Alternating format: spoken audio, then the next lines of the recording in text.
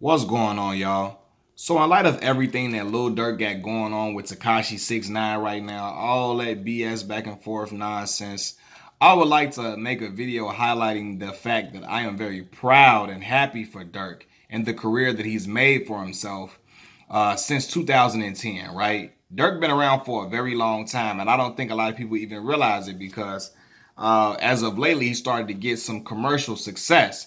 But he put in years and years and years of, just trying to get his career off the ground and get it to where it is now. I remember Durk really came onto the scene at the end of 2010. He was a local artist in Chicago, and he had a song called Sneak Dissing that a lot of Chicago residents would put on a Facebook status or whatever, and it had buzz going around the city. Then you fast forward to 2011, he had I'm a Hitter come out, and he started to make a lot of waves across Chicago.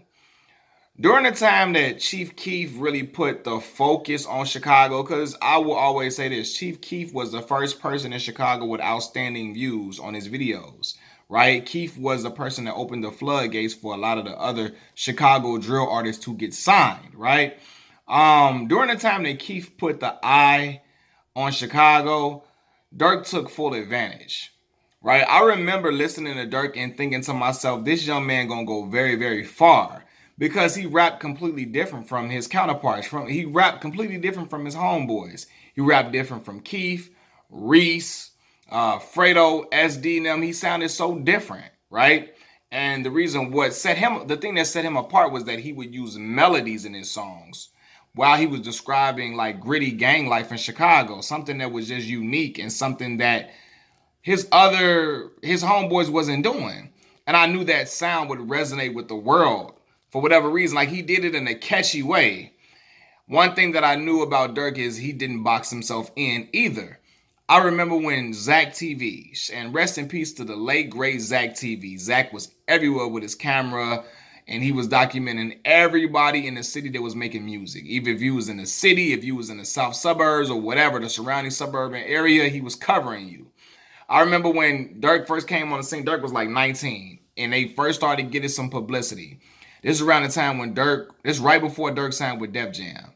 And I'm talking about Vlad. Lord Jesus, forgive me. Zach asked Durk how far did he want to go with this rap stuff.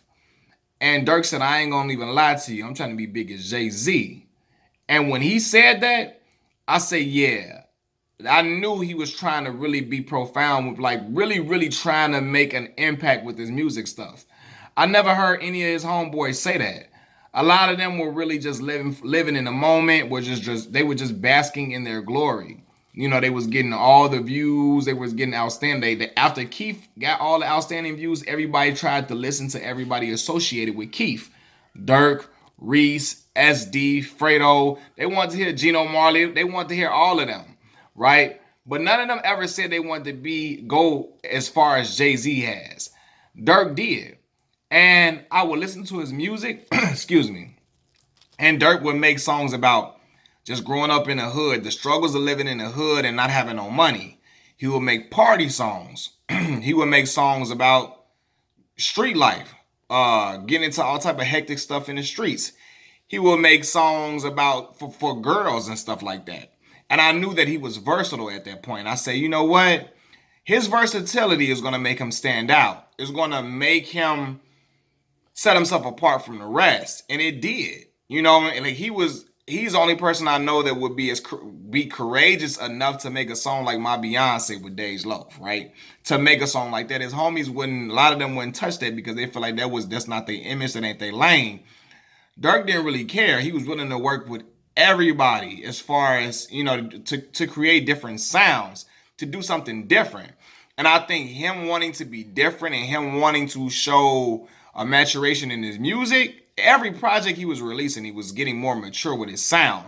From Life Ain't No Joke to Sign to the Streets, all the mixtapes he was making, 300 Days, 300 Nights, he was just maturing. And his voice, he sounded great on songs. He knew how to format a song. He knew how to make good music. He knew how to make songs. It's not easy making songs. You know what I mean? You can ad-lib your way and try to swag your way through a song. It's not going to work. Durk wasn't swagging his way through songs. He had a flow. He had a great delivery. And believe it or not, he had lyrical content. Now we know it ain't on the level of a Jay-Z or a Nas or nothing like that, or a T.I., but it was very solid, especially for his age range and for the fact that he wasn't trying to be a lyrical miracle rapper. I said, man, you know what? He's setting himself apart, which is why Def Jam gave him a budget for 2 albums, because he started to develop a following off of just, his versatility. I knew he had a sound that the world and the rest of the United States of America and the world would catch on to and really enjoy and love. Fast forward to today, Dirk got he's featured on a huge song with Drake. That was a great, excellent look for him, and I'm super happy for him because a lot of people, that Drake feature changes people's lives, right? It puts the ears and a microscope on you that was never on you before, because Drake got fans that really don't even listen to rap like that.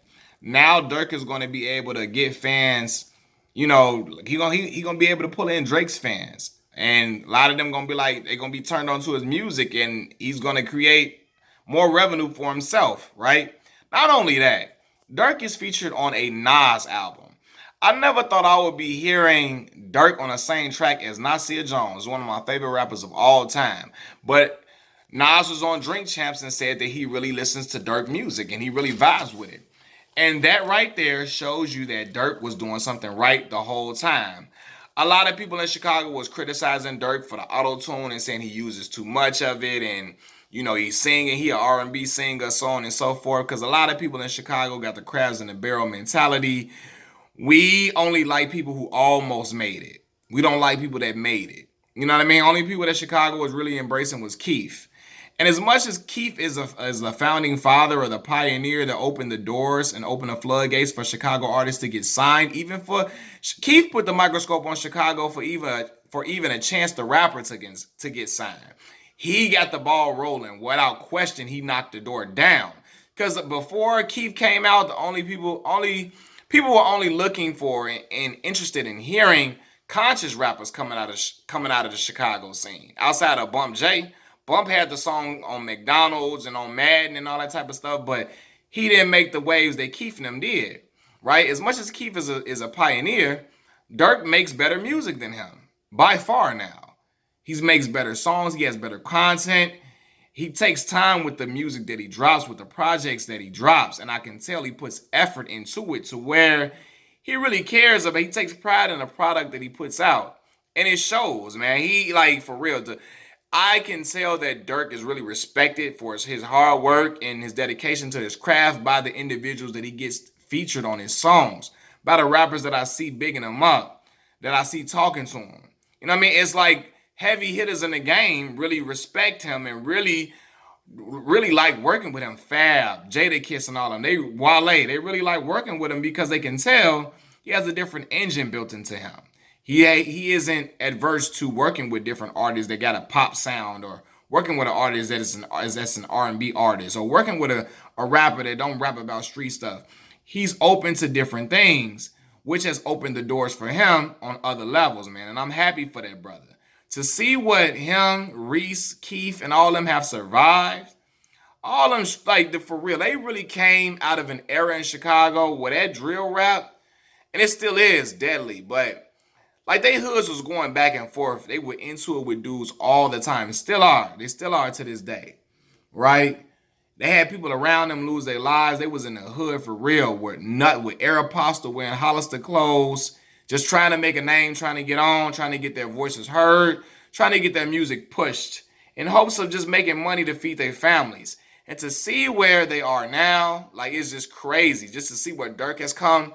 I remember when Dirk was just wearing white tees and just fitted caps in the video, didn't have no money like that. And now, to see him where he's at now, that's a wonderful thing to watch. Just it shows you that hard work really does pay off, and that if you believe in something, go full force with it.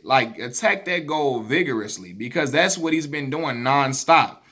And that's why he's in the position that he's in now, to where he's making music and people are clamoring for it. People are really, he had his own little tour a couple of years ago where he brought Lil Reese and them on a tour, and his artists on his label, which was dope. And people came out in droves to support him because he's making quality music and he's showing that he cares about the product that he's making.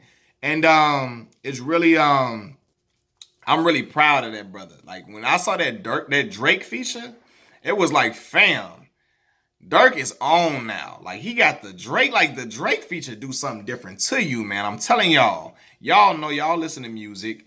So to see where Durk is now, it's phenomenal to see, man.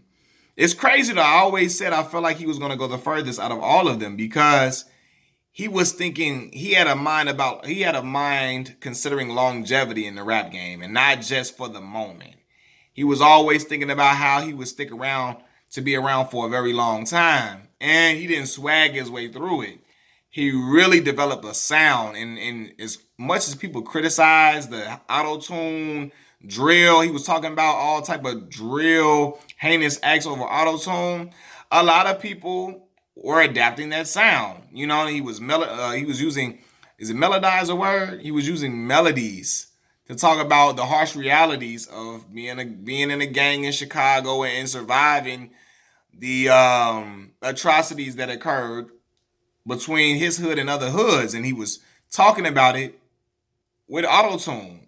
As much as people criticize it, now a lot of people use that sound and have adopted it, and I've heard it from other artists that are coming out of different regions of the United States of America. So I know it's real, man, and yeah, man, it's like this to see him on that type of wave now is dope to see, man. Like Nasir Jones got him on his album, Nas.